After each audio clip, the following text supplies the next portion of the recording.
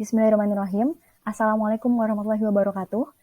Saya Diah, nomor absen 054, Sekolah Pemikiran Islam, Jakarta Angkatan 11. Saya akan mempresentasikan hasil penelitian saya yang berjudul Kritik Terhadap Pemikiran Musdah Mulia tentang Konsep Kepemimpinan. Pendahuluan. Latar belakang, Imam Ahmad pernah meriwayatkan akan muncul fitnah jika tidak ada imam atau pemimpin yang mengendalikan urusan manusia dalam As-Solabi tahun 2006. Apa itu pemimpin? Secara etimologi dalam bahasa Indonesia, imam artinya pemimpin, kepala atau negeri, kepala suatu negeri dan sebagainya. Sedangkan dalam bahasa Arab, makna imam itu adalah qudwah atau teladan. Kepemimpinan dalam Islam telah diatur dengan rinci dalam syariat.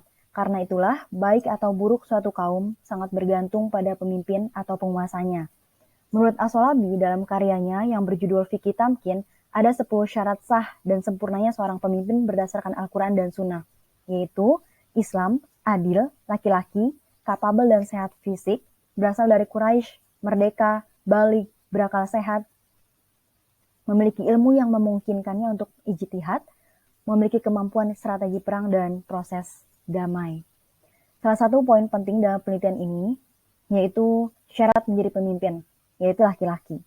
Berdasarkan pandangan Musdah Mulia, sebagai tokoh feminisme dalam bukunya yang berjudul Perempuan dan Politik, ditulis bersama Anik Farida, perlu adanya rekonstruksi, interpretasi terhadap doktrin-doktrin fundamental Islam, Al-Quran dan hadis, dan melakukan gerakan praktis dalam bidang pendidikan, kebudayaan, dan kebijakan publik. Penelitian ini bertujuan untuk meluruskan kembali pemahaman yang keliru dan melenceng jauh dari panduan umat manusia, yaitu Al-Quran dan Sunnah, serta ijma ulama yang telah menetapkan syarat-syarat sah dan sempurnanya pemimpin menurut Islam. Efek dari pemahaman yang keliru terhadap kepemimpinan Islam ini terjadi penuntutan kesetaraan gender. Padahal selama ini Islamlah yang sangat adil membela dan memuliakan kaum perempuan.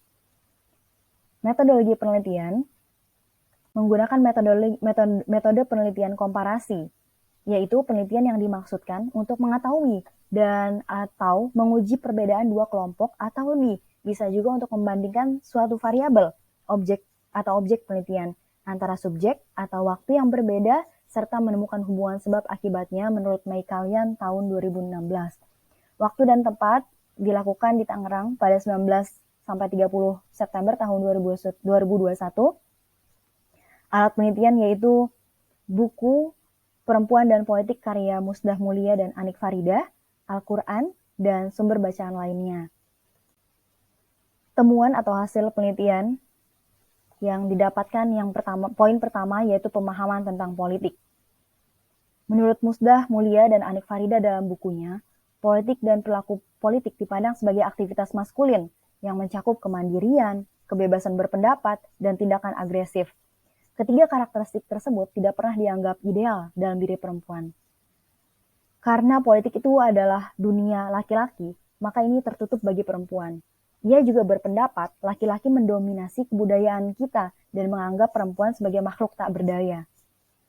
Ia juga mengusulkan untuk dikembangkannya suatu konsep mengenai kekuasaan perempuan atau woman power, yang tentu saja berbeda dengan kekuasaan laki-laki.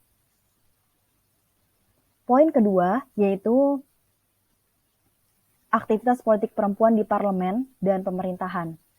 Ada beberapa faktor yang diduga sebagai penyebab perempuan terkucil dari lembaga politik, mulai dari kendala budaya dan tafsir agama, ekonomi, dukungan keluarga, hingga sistem politik itu sendiri yang memang tidak ramah terhadap perempuan. Bila dipetakan, terdapat dua kendala besar, yaitu kultural dan struktural.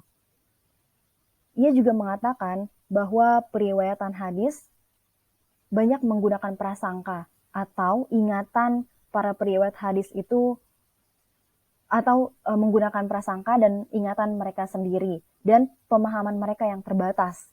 Banyak di antara mereka adalah kaum Badui yang buta huruf sehingga kemungkinan tidak mampu menangkap pesan yang disampaikan Nabi terkait dengan suatu negeri jika dipimpin oleh perempuan, maka tunggulah kehancurannya. Maksudnya tidak akan sukses suatu negeri yang dipimpin oleh perempuan.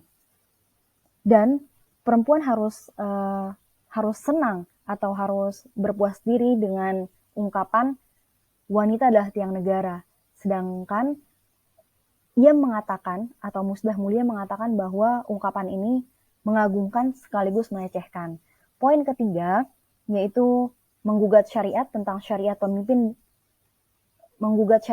syarat pemimpin dalam Islam.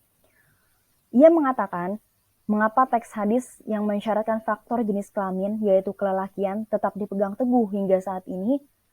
Di mana letak perbedaannya kalau terhadap hadis ya tentang kesukuan atau Quraisy dapat dilakukan rasionalisasi dengan memperhatikan konteksnya, mengapa terhadap hadis yang lain tidak mungkin? Ia juga mengatakan banyak masyarakat muslim perempuan kerap diperlakukan tidak adil atas nama agama, hak-hak politik, dan hak-hak ekonomi. Mereka dipasung. Penyebabnya, seperti yang telah ia katakan sebelumnya, adalah soal penafsiran yang tidak mengindahkan semangat moral Al-Quran. Pembahasan. Poin pertama menjawab dari temuan tadi, yaitu tentang pemahaman tentang politik. Politik menurut Aristoteles atau perspektif Aristoteles dan para filsuf Yunani, mereka berpandangan bahwa politik dimaknai sebagai segala sesuatu yang sifatnya dapat merealisasikan kebaikan di tengah masyarakat. Siasah atau politik dalam terminologi Arab berasal dari kata as-saus yang berarti ar-ri'asah atau kepengurusan. Jika dikatakan sasa al-amro berarti koma bihi, menangani urusan. Syarat bahwa seseorang berpolitik dalam konteks ini adalah ia melakukan sesuatu yang membawa maslahat bagi jamaah atau sekumpulan orang. Pendapat Musdah mengenai politik itu adalah milik kaum laki-laki karena aktivitas maskulin yang ditampilkan ini tentu sangat tidak berdasar. Bahwa politik itu bertujuan untuk memberikan manfaat luas bagi masyarakat.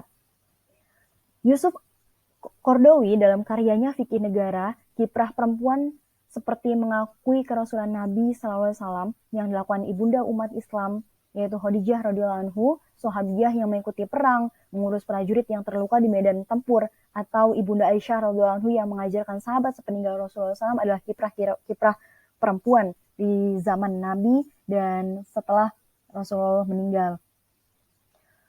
Tentu ini juga ditulis oleh saudari Musdah Mulia dalam bukunya, juga mengakui bahwa kiprah muslimah atau kiprah para sahabiyah banyak ditemukan di zaman Rasulullah dan sepeninggalnya.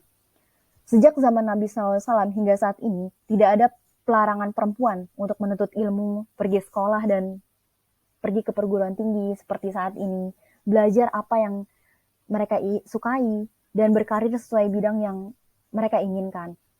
Jadi pilihan fokus di urusan domestik atau publik kembali kepada personalnya masing-masing. Banyak saat ini yang sudah menjadi dokter, guru, pegawai kantoran, tentara, polisi, dan lain-lain. Sejak Islam hadir, derajat perempuan dan suaranya mulai didengar hingga saat ini. Islamlah yang menyetarakan kedudukan perempuan dengan laki-laki hingga seluruh negeri. Jadi alasan untuk perlunya kekuasaan woman power, menurut saya ini tidak perlu, karena perempuan diciptakan dengan insting yang sesuai dengan tugasnya akan menjadi kekuatan mereka dalam berkiprah dalam dunia politik atau ruang publik lainnya. Poin yang kedua menjawab temuan sebelumnya, aktivitas politik perempuan di parlemen dan pemerintahan. Mengingat kaum wanita berhak memberikan nasihat dan mengemukakan pendapat, amar ma'ruf nahi mungkar, mengatakan ini salah dan itu benar, maka tidak ada dalil syar'i yang menghalangi keanggotaannya di DPR atau MPR. Pada dasarnya, segala persoalan dibolehkan, kecuali bila ada teks tegas yang melarangnya. Ini berdasarkan pendapat Al-Qaradawi tahun 97. Suatu hal yang tidak diragukan bahwa dalam menetapkan beberapa persoalan yang berkaitan dengan perempuan dan keluarga perlu sekali mempertimbangkan pendapat wanita. Pada kondisi dan situasi tertentu, mungkin saja pendapatnya lebih tepat dari kaum lelaki. Walaupun perempuan boleh berkiprah dalam dunia politik, tapi tidak berarti bahwa kita membolehkan pembauran antara perempuan dan laki-laki yang bukan muhrim tanpa batas. Dalam hal ini, tentu negara diminta untuk menghormati tata krama Islam, sehingga perempuan diberi tempat khusus atau barisan khusus buat mereka, di mana mereka merasa aman dan tentram, terjauh dari fitnah yang banyak dikhawatirkan orang. Poin ketiga, menjawab temuan poin 3, menggugat syariat tentang syarat pemimpin dalam Islam. Imam Bukhari pernah meriwayatkan hadis dari Abu Bakar radhiyallahu anhu yang berbunyi, suatu kaum tidak akan sukses kalau pemimpin mereka adalah wanita. Maksudnya adalah kekuasaan umum terhadap umat semuanya, artinya menjadi kepala negara. Hal ini terlihat dalam kata amruhum, yang berarti kepemimpinan secara umum.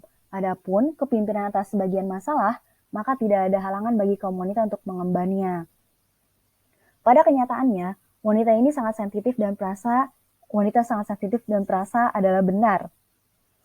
Sebagaimana Al-Quran mengisahkan dalam surat Al-Ahzab ayat 28-29 dan At-Tahrim ayat 4 yang mengisahkan sifat-sifat istri Nabi, yaitu mencintai perhiasan duniawi dan juga ada rasa kecemburuan. Kadang perasaan ini sering mengalahkan akalnya.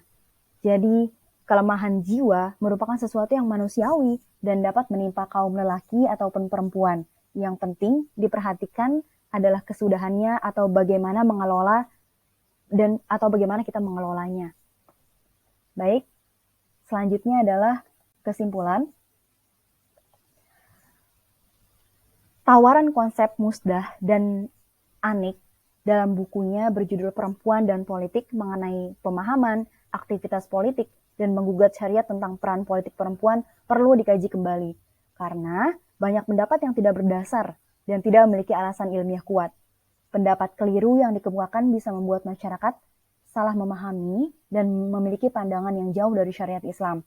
Sehingga buku tersebut tidak layak menjadi rujukan perempuan muslimah dalam memahami perannya di dunia politik. Perlu adanya aktivitas diskusi lebih intens dan dalam membahas peran politik perempuan secara komprehensif agar tidak terjadi kesalahpahaman pandangan dan keliru dalam menyimpulkan gagasan. Demikian penjelasan singkat saya, semoga bermanfaat. Ini daftar pustakanya. Mohon maaf dalam menyampaikan banyak kekurangan. Assalamualaikum warahmatullahi wabarakatuh.